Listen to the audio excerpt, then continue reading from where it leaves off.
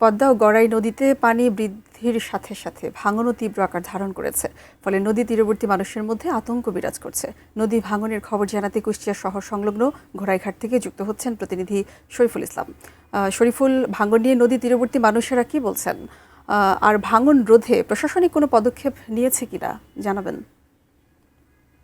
মেহজাবেন, আপনি যেমনটি বলছিলেন, আসলে নদী ভাঙন যখন শুরু হয় নদী তীরবর্তী মানুষের ভিতরে আতঙ্ক, উদ্বেগ, উৎকণ্ঠাও ছড়িয়ে পড়ে। গত বুধবার আমি যেখানে রয়েছি কুষ্টিয়া শহর সংলগ্ন গড়াই নদীর বিপরীত প্রান্তে, যেটা কুষ্টিয়ার কুমারখালী উপজেলার কয়া ইউনিয়নের ঘোড়াইঘাট এলাকা বলা হয়, এখানকার যে গত বুধবার সকালে যখন এই নদী ভাঙন শুরু হয়, সেই নদী ভাঙনের তীব্র আতঙ্কে এই এলাকার মানুষের ঘুম ভাঙে এবং ঘুম ভাঙে তীব্র আতঙ্ক ছড়িয়ে পড়ে। তারা বাড়িঘর নিয়ে বেশ উদ্বেগ উৎকণ্ঠার মধ্যে পড়ে। তার তাৎক্ষণিক এই বিষয়টি কুষ্টিয়া পানি উন্নয়ন বোর্ডকে জানানো হলে তারা এই তাৎক্ষণিক পদক্ষেপ নেওয়ার ফলে আমার পিছনে যে ভাঙনটা দেখতে পাচ্ছে প্রায় 50-60 কিলোমিটার এলাকা ধসে নদীর ভিতরে চলে যায় এবং তাৎক্ষণিক তারা পদক্ষেপ নেওয়ার ফলে বালির বস্তা ফেলে প্রাথমিক একটা ব্যবস্থা নিয়ে ভাঙনটা রোধ করেছে। কিন্তু নদী তীরবর্তী মানুষের সাথে আমি কথা বলেছি, তারা জানিয়েছেন যে এটা অস্থায়ী কোনো সমাধান নয়, স্থায়ী সমাধানের জন্য তারা বাঁধ নির্মাণ করে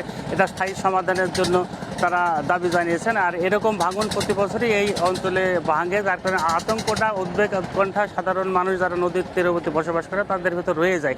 আর শুধু কুষ্টিয়ার এই গড়াই নদীর ঘোড়াইঘাট এলাকা না, কুষ্টিয়ার বিভিন্ন অঞ্চলে, বিশেষ করে কুষ্টিয়ার দৌলতপুর, ভেড়ামারা বিস্তৃত এলাকা নদী ভাঙন শুরু হয়েছে। সেখানেও গত 15 দিনে বিশেষ করে দৌলতপুরের মরিচা ইউনিয়নের ভুরকার বিভিন্ন অঞ্চলে প্রায় কয়েকশো একর জমিন, ফসলের জমি নদীগর্ভে বিলীন হয়েছে। ভেড়ামারা উপজেলা ফয়জুল্লাহপুরে বেশ কিছু বাড়িঘর নদীগর্ভে বিলীন হয়েছে। সব মিলিয়ে কুষ্টিয়ার যেসব পদ্মা এবং গড়াই নদীর ভাঙন শুরু হয়েছে, ভাঙন কবলিত নদী তীরবর্তী এলাকার মানুষের ভেতর উদ্বেগ, উৎকণ্ঠা বিরাজ করছে। এখানে অস্থায়ী ভিত্তিতে নদী ভাঙন, বিশেষ আমার পিছনে যে জায়গাটা দেখছেন, এখানে অস্থায়ী ভিত্তিতে সমাধান করা হলে নদীর অন্যান্য এলাকায় এখন পর্যন্ত ভাঙন প্রতিরোধে কোনো ব্যবস্থা গ্রহণ করা হয়নি। সেই অঞ্চলের মানুষ তারা ভাঙন আতঙ্কে তাদের দিন কাটছে। তারা দাবি জানিয়েছেন যে দ্রুতই তাদের ভাঙন রোধে একটা ব্যবস্থা গ্রহণ করা হোক। তো সব মিলিয়ে কুষ্টিয়ার নদী ভাঙন নিয়ে এই ছিল সর্বশেষ খবর। মেহজাবিন।